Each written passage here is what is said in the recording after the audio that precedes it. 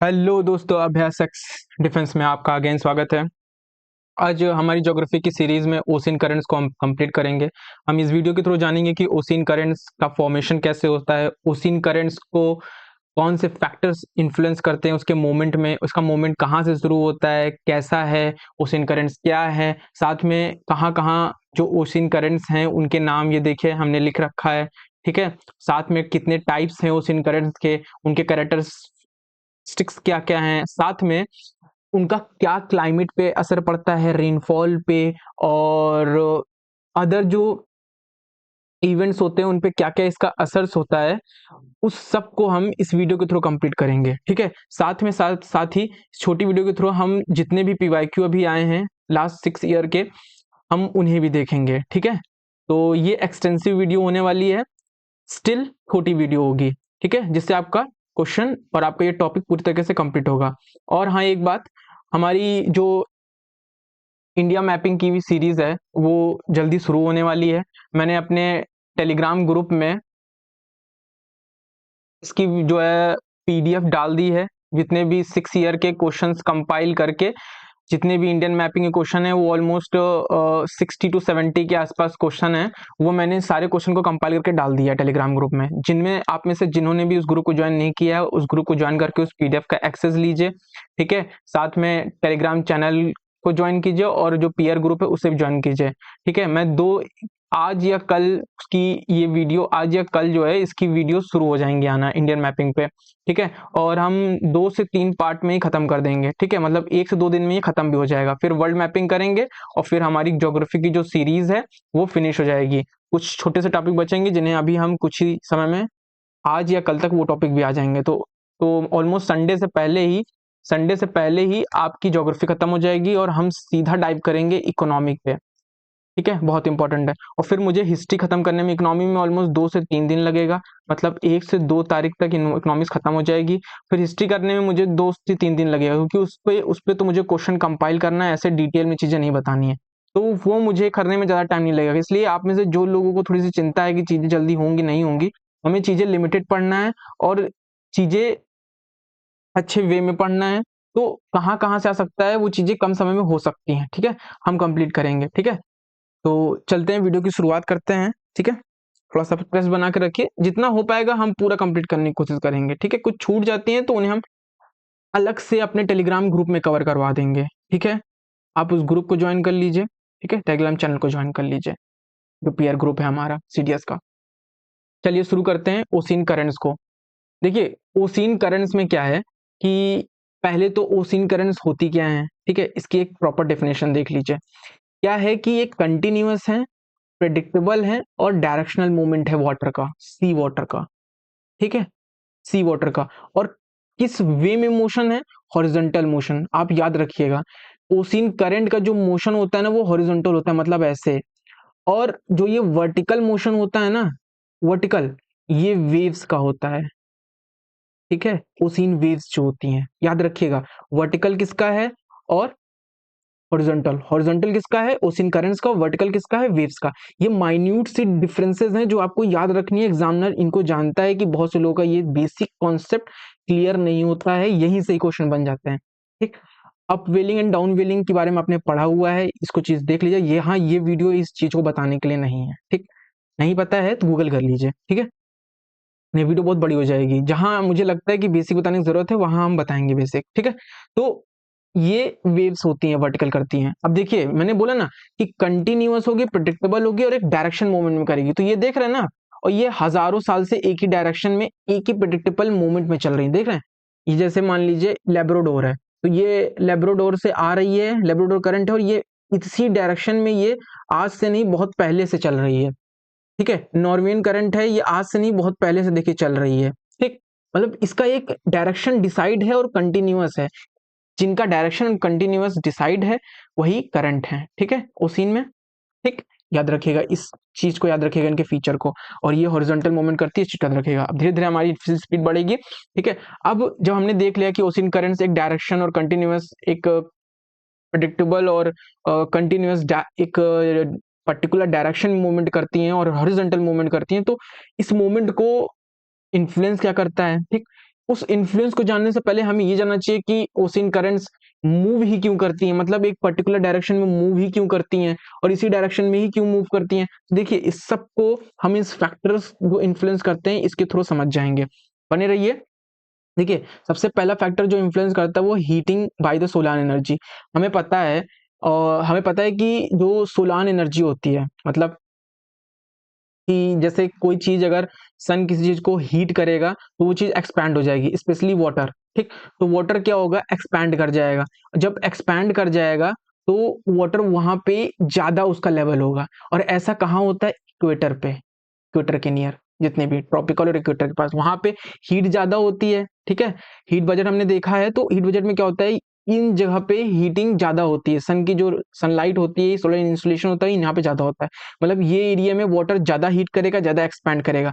That's why 80 centimetre higher होता है water level than the middle latitude. Equator का water, जो जैसे मान लीजिए ये ग्लोब है, वहां क्यों बताना, यहीं बता देते हैं। जैसे मान लीजिए ये इक्वेटर यहाँ से जा रहा है, ठीक है, सॉरी ये इक्वेटर मान लीजिए इंडिया के थोड़ा नीचे रहता है।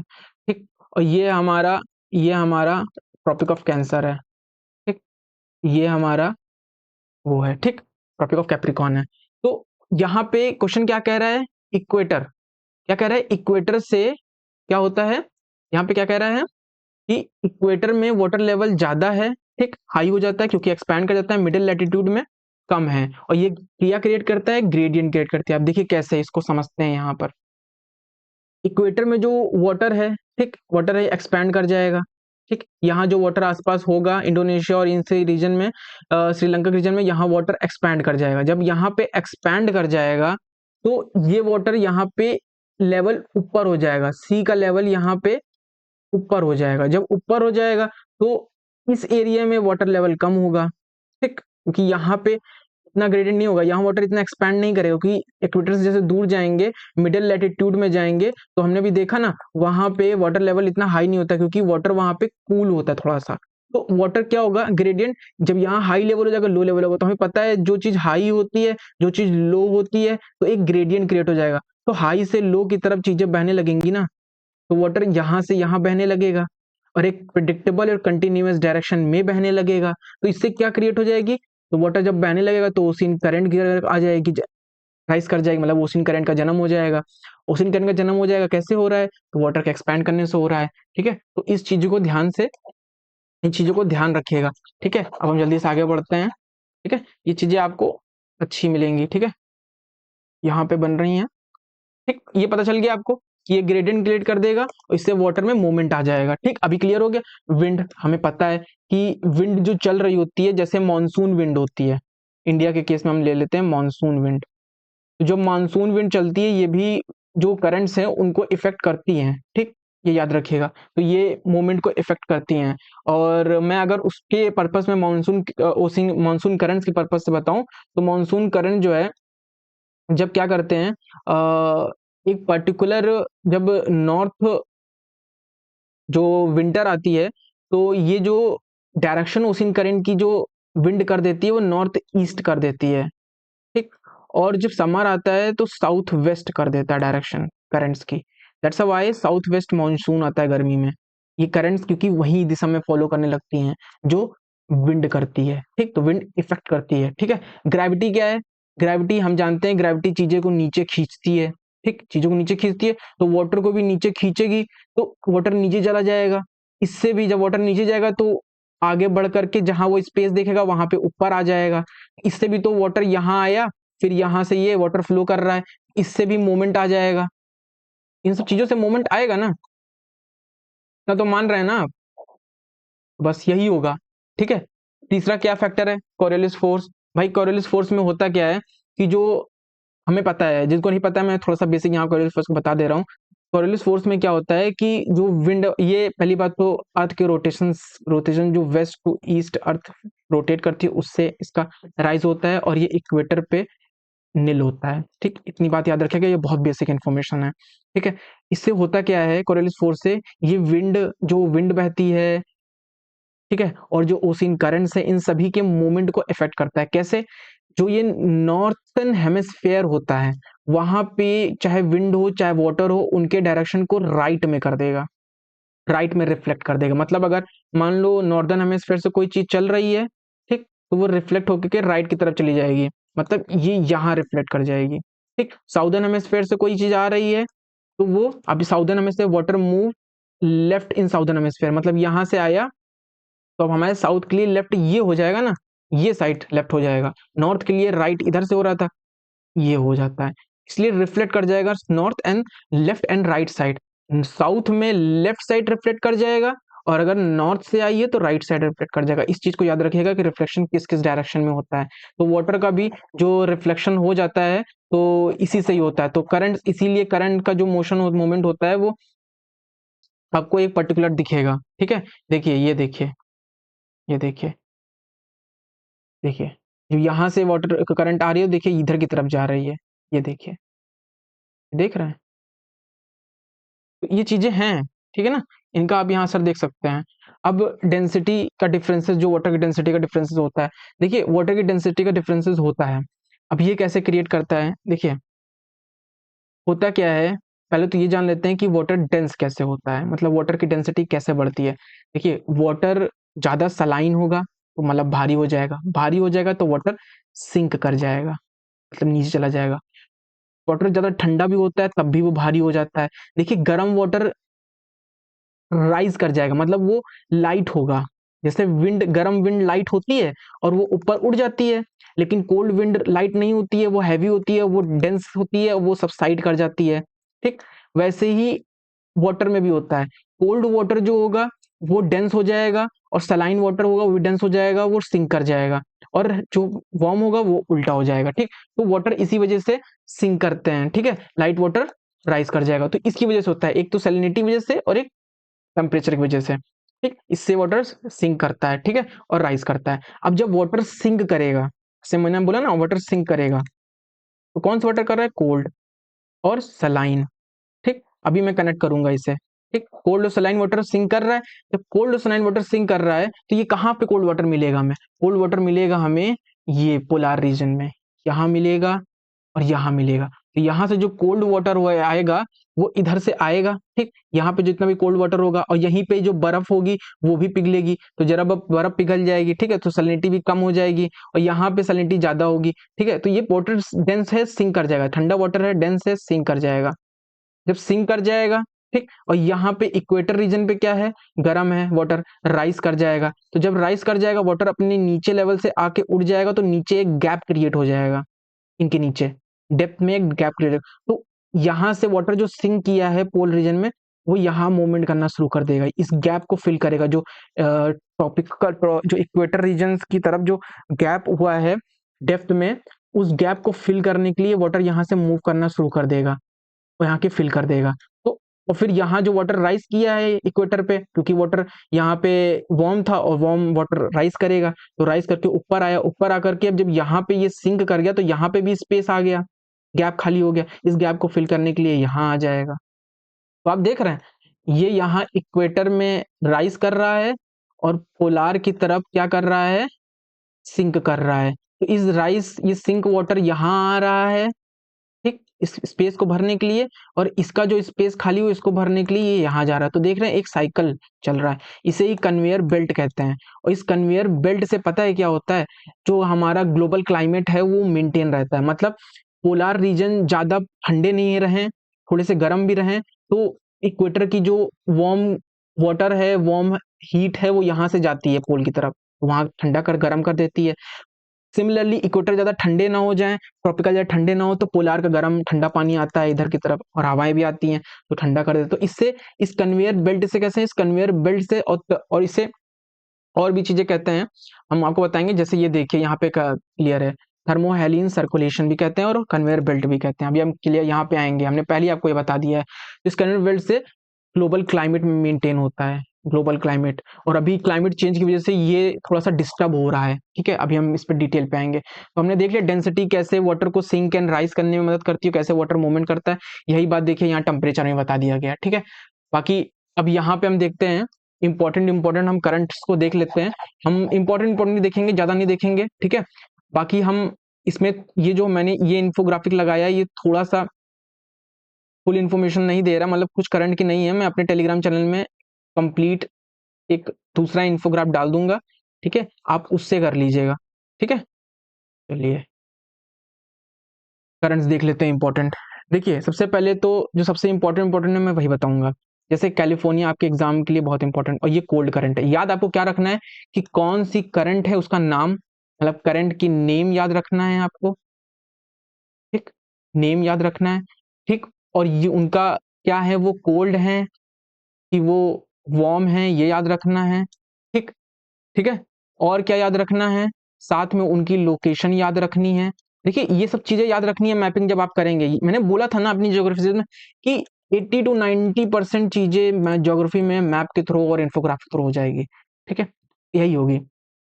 जो कोल्ड है कि वार्म है ये याद रखना है, जो करंट है लोकेशन कहाँ है ये याद रखना है, ठीक है, और जो नॉर्मल फीचर है वो याद रखना है, ठीक। तो याद रखिएगा, तो कैलिफोर्निया कोल्ड करंट है। अलास्का कहाँ पे बह रही है, नॉर्दर्न पैसिफिक रीजन में बह रही है, और ये भी कैलिफोर्निया भी नॉर्दर्न पैसिफिक ओशियन में है, ठीक। और अलास्का क्या वार्म है, कैलिफोर्निया कोल्ड है। आप में से बहुत लोग अलास्का आप सोच लोगे कि पोलार रीजन में, इसलिए यहाँ पे जो करंट होगी तो वो भाई वार्म कोल्ड होगी, नहीं, अलास्का वार्म करंट है। कैलिफोर्निया के बारे में सोचोगे भाई ये तो ट्रॉपिकल रीजन पे आता है, तो इसमें जो करंट होगी वो वार्म होगी, नहीं, ये कोल्ड है। ये चीजें, ये जो आप लॉजिक लगा के यहाँ इन चीजों में लॉजिक नहीं लगाना है। नॉर्वेन करंट है, देखिए जो गल्फ ऑफ स्ट्रीम है ये वार्म करंट है, ये बहुत पूछते हैं गल्फ ऑफ स्ट्रीम को, याद रखिएगा वार्म करंट है और नॉर्थ अटलांटिक सी में बहती है, ठीक। और यही आगे जाकर के नॉर्वेनियन करंट कहलाती है। यही जो आगे इसकी एक ब्रांच यहाँ आती है, जो नॉर्दर्न सी के रीजन में जो ब्रिटिश जो प्रोविंशियल रीजन है, और जो ब्रिटिश इंग्लैंड है, और ये जो यूरोपियन रीजन है, यहाँ पे वो जो क्लाइमेट है उसे गर्म करती है यही, नहीं तो अदरवाइज यहाँ पे बहुत ठंडा, क्योंकि ये ऑलमोस्ट टेम्परेट रीजन है, ये टेम्परेट रीजन है, और टेम्परेट रीजन ठंडे होते हैं। इसे ठंडे रीजन को गर्म यही करता है, यहाँ पे क्लाइमेट इसी को मेंटेन करता है, रेनफॉल भी यही लेके आता है। और पोलार रीजन जो हम देख रहे हैं, नॉर्वेडियन कंट्रीज में नॉर्वेनियन करंट जाती है, ठीक, तो वो कौन सी ब्रांच से जाती है, गल्फ स्ट्रीम से जाती है, गल्फ स्ट्रीम गर्म है, ठीक। कैनरी देख लेना कहाँ से जा रही है, ये कैनरी ही आपको पता है कि जो हम सहारा डिजर्ट देख रहे हैं अफ्रीका में, यही रिस्पॉन्सिबल है। वेस्ट कोस्ट में, जो कॉन्टिनेंट्स के वेस्ट कोस्ट में जो कोल्ड करंट बहती है ना, वो डिजर्ट्स के फॉर्मेशन में बहुत इंपॉर्टेंट करती है, मतलब वो फॉर्मेशन में बहुत रिस्पॉन्सिबल है, कंट्रीब्यूशन होता है उसका। अभी हम देखेंगे इनके इन्फ्लुएंस में करंट के, ठीक है, तो इसको ध्यान रखिएगा। बाकी एक सब ट्रॉपिकल रीजन में भी सारा ट्रॉपिकल्स आता है, सारा डिजर्ट आता है, इसकी वजह से और इसमें होता है, ठीक। बेगुला का देख लीजिएगा, ब्राजील का देख लीजिएगा, पेरू का देख लीजिएगा, मोजाम्बिक देख लीजिएगा, अगुलास देख लीजिएगा, ये देख लीजिएगा कि कौन सी करंट है कौन सी नहीं है, ठीक। ये याद रख लीजिएगा कि ये गर्म है कि ठंडी है, ठीक। और इन्फोग्राफी में आपको दूसरा दे दूंगा, इसमें पूरी तरीके से चीजें नहीं है, कुरेशो है, ओशियो है, ठीक, ये याद रखिएगा। अभी हम और चीजें देखेंगे, ठीक है। और हाँ, एक जो इन्फोग्राफी, एक चीज मुझे जो बताना है यहाँ पे, इक्वेटोरियल वाला है। चलिए जब वो इक्वेटोरियल वाला क्वेश्चन आएगा तो मैं आपको बताऊंगा, या यहीं पे ही क्लियर कर देते हैं इक्वेटोरियल वाला। नीचे आप देख रहे होंगे कि जितनी भी करंट्स हैं ये एक पर्टिकुलर डायरेक्शन में चल रही हैं, मतलब इस ईस्ट टू वेस्ट बह रही हैं, आप देखिएगा, ईस्ट टू वेस्ट, मतलब ईस्ट से वेस्ट की तरफ बह रही हैं, ठीक है। आप कहीं भी देखिएगा ईस्ट से वेस्ट, लेकिन पर्टिकुलर आप जो इक्वेटोरियल काउंटर करंट देखेंगे, ये देखिए इक्वेटोरियल काउंटर करंट, और ये नॉर्थ इक्वेटर के नॉर्थ और साउथ दोनों में मिलती हैं, ठीक है। और सभी ओशियन में, चाहे वो अटलांटिक ओशियन हो, चाहे वो अटलांटिक ओशियन हो, चाहे वो पैसिफिक ओशियन हो, और चाहे, हाँ, इंडियन ओशियन में वो नॉर्थ की तरफ नहीं मिलेंगी, साउथ की तरफ मिलेगी, ठीक है। साउथ इक्वेटोरियल करंट होगी, नॉर्थ इक्वेटोरियल करंट नहीं होगी, याद रखिएगा इस चीज को। इक्वेटोरियल काउंटर करंट जो होगी वो इंडियन ओशियन में केवल साउथ इक्वेटोरियल काउंटर करंट है, नॉर्थ नहीं। बाकी अदर ओशियंस में आपको नॉर्थ एंड साउथ दोनों में इक्वेटोरियल काउंटर करंट मिल जाएगी। अब क्वेश्चन ये उठता है कि बाकी सारी करंट्स जब ईस्ट टू वेस्ट फ्लो करती हैं, तो इक्वेटोरियल काउंटर करंट जो है वो वेस्ट टू ईस्ट क्यों करती हैं, वो ऐसा क्यों फ्लो करती हैं। तो इस वीडियो के थ्रू हम इसको इस टॉपिक को भी मैं थोड़ा सा समझाने की यहाँ पे क्लियर करने की कोशिश करूंगा, क्योंकि इस पे क्वेश्चन आ सकता है और इस पे क्वेश्चन एक आया भी है, ठीक है। इसे यहाँ पे क्लियर कर लेते हैं। देखिए होता क्या है कि आपको पता है कि जो इक्वेटोरियल रीजन है, ये इक्वेटोरियल रीजन है, यहाँ पे प्रिवेलिंग जो विंड्स होती हैं वो है ट्रेड विंड्स, और हमें पता है trade winds west to east flow करती हैं, ठीक, वेस्ट टू ईस्ट फ्लो करती हैं, मतलब यहां से कोई ट्रेड विंड्स चल रही है तो वो ऐसे फ्लो करेगी, ठीक, ऐसे फ्लो करेगी।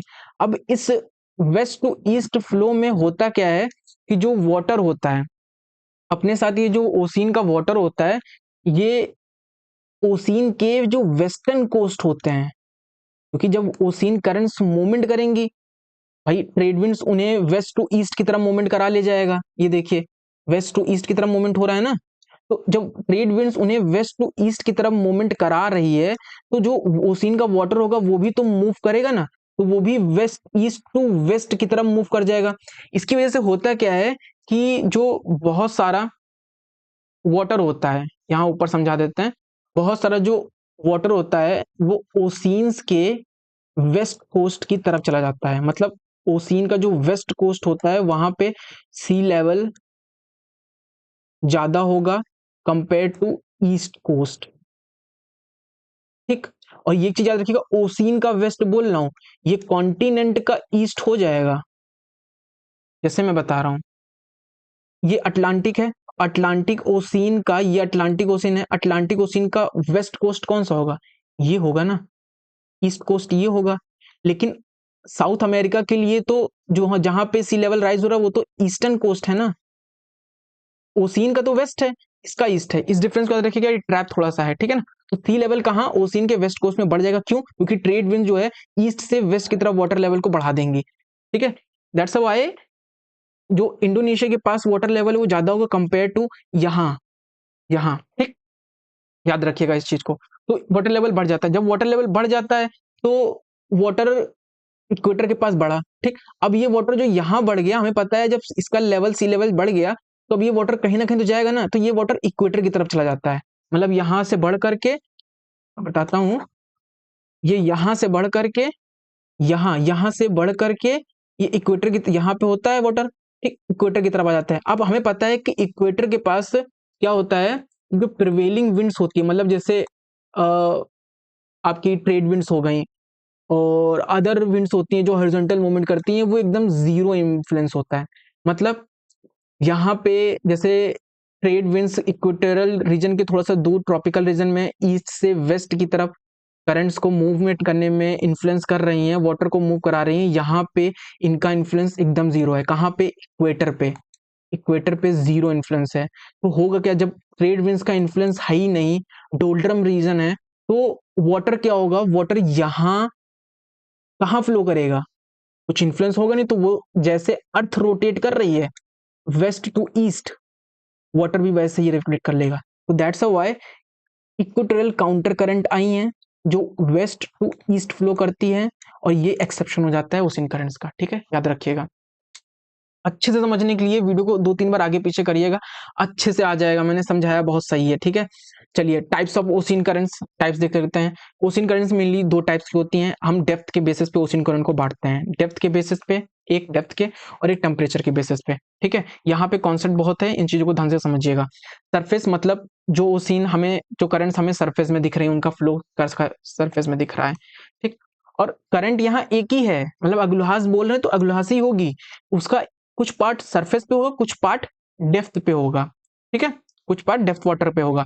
तो जो मोस्टली वाटर मूवमेंट होता है वाटर का, ओशियन वाटर का 90% वाटर मूव होता है डेप्थ ओशियन करंट्स के थ्रू, और 10% ये, तो याद रखिएगा कि ये ज्यादा है, ठीक, ठीक है।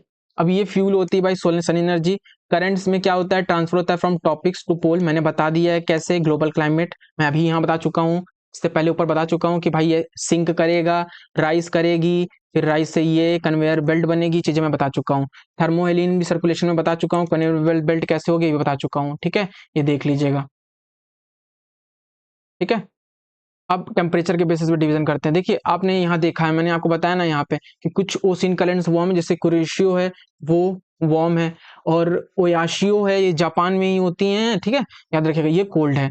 तो टेम्परेचर के बेसिस पे तो ओशियन करंट्स को बांट सकते हैं ना, तो कुछ कोल्ड कुछ वार्म होगी, ठीक, ठीक है। तो कोल्ड करंट का ओरिजिन कहाँ से होगा, अभी हमने देखा कि वो पोल से आती हैं, भाई पोल्स ठंडे हैं तो कोल्ड करंट भी तो वहीं से ओरिजिन होंगी ना, वहां से ओरिजिन होंगी, फिर पोल्स से मूव करेंगे इक्वेटर की तरफ, ठीक, इक्वेटर की तरफ आएंगे। कैसे आएंगे मैं बता चुका हूँ कि कन्वेयर बेल्ट बन जाएगी, सिंक एंड राइज होगा, टोटल वाटर राइज कर जाएगा वार्म होने की वजह से, और डेंस कोल्ड वाटर पोल्स का सिंक कर जाएगा और उससे कन्वेयर बेल्ट बन जाएंगी, तो वो पोल से इक्वेटर की तरफ मूव करने लगेगी। ठीक है, इस पॉइंट को याद रखिएगा। जो इजिली जो वार्म कोल्ड करंट होती हैं वो वेस्ट कोस्ट में मिलती हैं कॉन्टिनेंट। ये बहुत कंफ्यूजिंग है एग्जाम में, याद रख लीजिएगा ये दोनों का जो कंपैरिजन है। ठीक है, इस चीज को ध्यान से देखिएगा। जो वार्म कोल्ड करंट होगी वो लोअर और मिडिल लैटिट्यूड के वेस्ट कोस्ट में ही मिलेंगी। देख लीजिए, कोल्ड करंट वेस्ट कोस्ट में। देखिए, ये मिडिल लैटिट्यूड है, ठीक, ये लोअर लैटिट्यूड है। अब कैनरी हमें वेस्ट कोस्ट में ही तो दिख रही है ना, हाँ, कैलिफोर्निया भी तो वेस्ट कोस्ट में ही दिख रहा है ना, पेरू भी तो देखिए हमें वेस्ट कोस्ट में ही दिख रहा है ना, और ये मिडिल लैटिट्यूड में वेस्ट कोस्ट में, बेगुला भी देखिए यहीं वेस्ट कोस्ट में दिख रहा है ना। तो वेस्ट कोस्ट में दिखेगी कोल्ड करंट हमें, कहा, लोअर एंड मिडिल लैटिट्यूड में, और ये बोथ हेमिस्फेयर में है। ठीक, बट नॉर्दर्न हेमिस्फेयर में हायर लैटिट्यूड में ये ईस्ट कोस्ट में मिलेगा। एग्जाम्पल ये देख लीजिए, ओयाशियो ईस्ट कोस्ट में हमें मिल रहा है ये, और ये नॉर्दर्न हेमिस्फेयर है। ठीक है, याद रखिएगा, ये डिफरेंस एग्जाम्पल्स के थ्रू ही याद रखिएगा। ठीक है, ज्यादा इनके चक्कर में मत पड़िएगा, लेकिन स्टिल ये इंपॉर्टेंट है। अब मैंने बताया कि जो वार्म करंट है ये ओरिजिन इक्वेटर से होती हैं, ठीक, क्योंकि वाटर राइज कर जाएगा फिर पोल की तरफ जाएगा तो मूवमेंट हो जाएगा। यूजुअली यूजुअली क्या होता है, ईस्ट कोस्ट, और ये इनका मूवमेंट जो इन्फ्लुएंस होता है ना वो ट्रेड विंड्स की वजह से होता है। ठीक, याद रखिएगा। ठीक है, इसको क्या रहेगा, थोड़ा सा पेन को हल्का कर लेते हैं, ठीक कर लेते हैं। ठीक है, तो मेनली क्या होगा, ये ईस्ट कोस्ट ऑफ कॉन्टिनेंट में मिलेगा, लोअर एंड मिडिल लैटिट्यूड, इसका उल्टा हो गया, ये वेस्ट कोस्ट में मिल रहा है लोअर एंड मिडिल लैटिट्यूड में। ठीक, ये देखिए ये ईस्ट कोस्ट में मिल जाएगी, कौन, वार्म करंट। ठीक है, दोनों का उल्टा हो जाएगा बस, और बाकी आप इन्फोग्राफ से देख लीजिएगा। और नॉर्दर्न हेमिस्फेयर में जो वार्म करंट है वो वेस्ट कोस्ट में मिल जाएगा। ठीक है, आपने अभी देखा होगा अलास्का, अलास्का देखा होगा, वार्म करंट है, और नॉर्दर्न हेमिस्फेयर में ये हमें किस कोस्ट में मिल रहा है, वेस्ट कोस्ट में। ठीक, ठीक है, ये याद रखिएगा। ठीक, अब देखिए कैरेक्टरिस्टिक्स थोड़े इंपॉर्टेंट ज्यादा हैं। ठीक है, हम उन्हें भी कवर करेंगे। ठीक है, ओशियन करंट्स के कैरेक्टरिस्टिक्स देखिए, होता क्या है, हमने देख लिया है कि ट्रेड विंड्स, मतलब प्रिवेलिंग विंड्स वही विंड्स होती हैं जो ट्रेड विंड्स होती हैं, और कोरियोलिस फोर्स दोनों इन्फ्लुएंस करता है। ठीक, ये इन्फ्लुएंस होता है, कैरेक्टरिस्टिक्स है।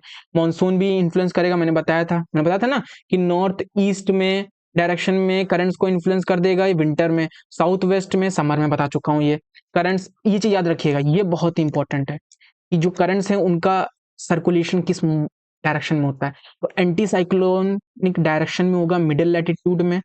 ठीक, ठीक है, और ये मोर प्रोनाउंस होंगे in southern hemisphere than the northern. क्यों, क्योंकि यहाँ पे कोई कॉन्टिनेंट नहीं है मोस्टली, इसीलिए जो ये एंटी साइक्लोन यहाँ पे जो करंट है मिडिल लैटिट्यूड में, एंटी साइक्लोनिक साउदर्न हेमिस्फीयर में ज्यादा प्रोनाउंस, क्योंकि कॉन्टिनेंट है नहीं, वाटर ही वाटर है, ओसीन है, तो यहाँ पे इन्फ्लुएंस ज्यादा है। नॉर्दर्न हेमिस्फीयर में लैंड है, इसकी वजह से एंटी साइक्लोनिक जो इफेक्ट है वो करंट का नहीं दिख जाता है। ठीक है, हायर लेटीट्यूड में क्या होता है, ओसिन करंट्स किस डायरेक्शन में फ्लो करती हैं, साइक्लोनिक डायरेक्शन में।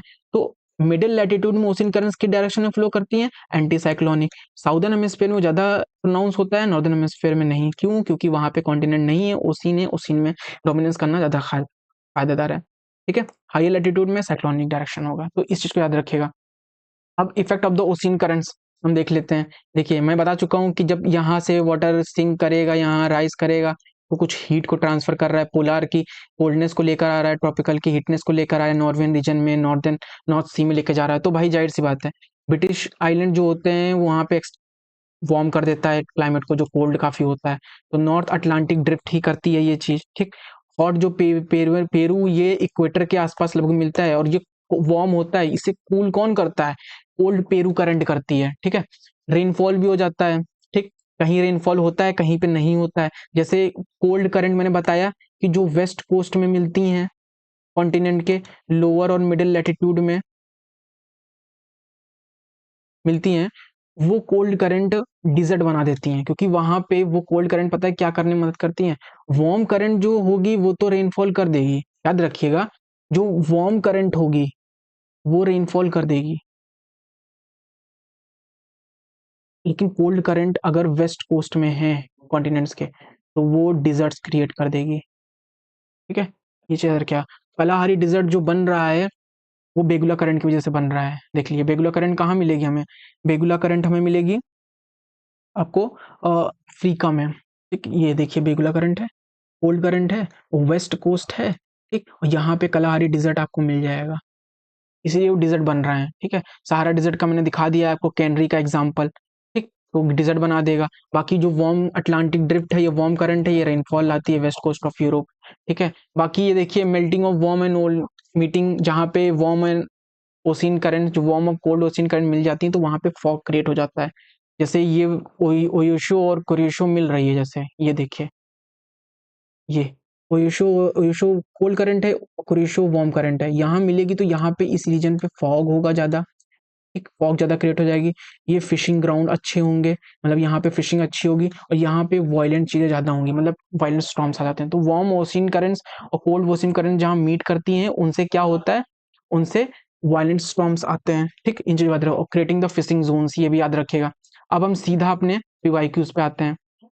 देखिए मैंने बताया था ना आपको कि आपको ओशियन करंट्स में क्या क्या याद करना है, मेनली ओशियन करंट्स के नेम, ठीक, वो कोल्ड हैं कि वार्म है, ठीक, लोकेशन, ठीक, इतना याद रखिएगा। कोल्ड ओशियन करंट्स कौन सी हैं, अब इसको क्विकली देख लेते हैं हम। ये पूछ रहा है कि कोल्ड ओशियन करंट्स कौन सी हैं। ठीक है, तो सिंपली अभी हम पढ़ के आए हैं भाई, ब्राजीलियन करंट तो वार्म है। ठीक, गल्फ स्ट्रीम में हमने देखा, यही गल्फ स्ट्रीम अब ब्रिटिश रीजन में और नॉर्थ सी रीजन में गर्म करती है, और नॉर्वेन रीजन में करती है। नॉर्थ इक्वेटोरियल करंट भी नहीं है, ये तो वार्म है। ये है आंसर, कैलिफोर्निया हमने देख लिया था कि कैलिफोर्निया का। ठीक है, और एक ये देखिए गल्फ स्ट्रीम, मैंने बताया ना गल्फ स्ट्रीम बहुत इंपॉर्टेंट है। और वेस्ट ड्रिफ्ट, देखिए गल्फ स्ट्रीम क्या है, वार्म करंट है, तो ए का 4 हो जाएगा। या तो आंसर ये होगा या तो ये होगा, हम तो डायरेक्ट दो स्टेटमेंट को काट दे रहे हैं ए को देखते ही।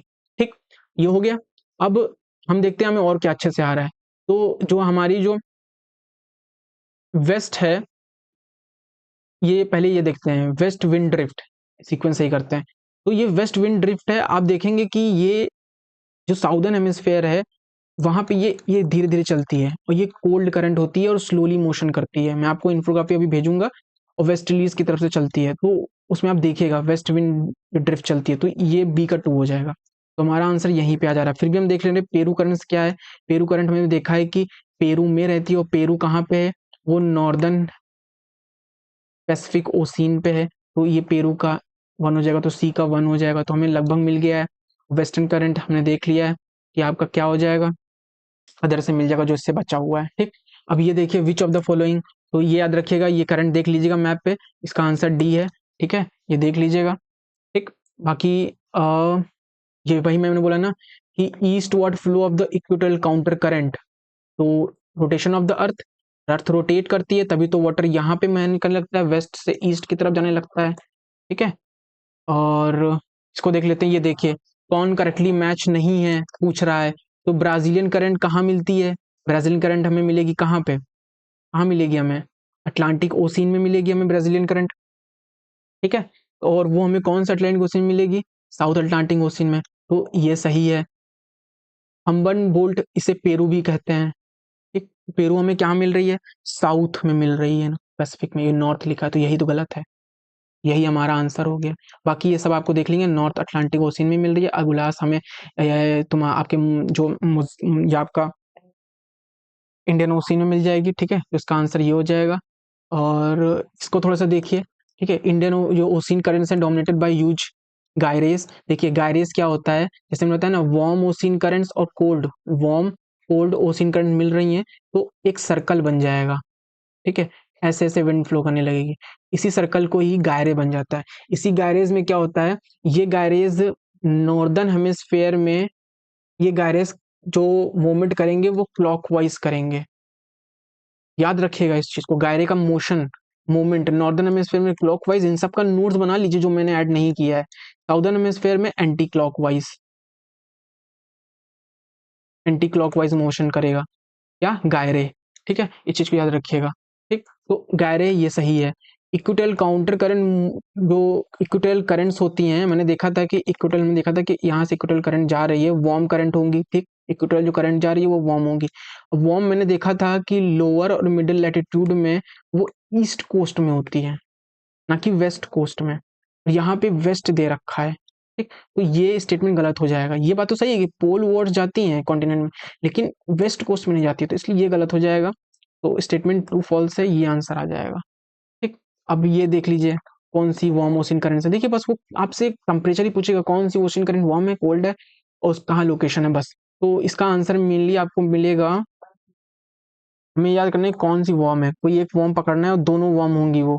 तो कैनरी तो वार्म नहीं है, कोल्ड है। बेगुला भी कोल्ड है। वेस्ट ड्रिफ्ट, फॉकलैंड ये भी। ये देखिए ब्राजील हमने देखा था ना अभी, वार्म है। और नॉर्थ अटलांटिक ड्रिफ्ट भी। ये आंसर हो गया।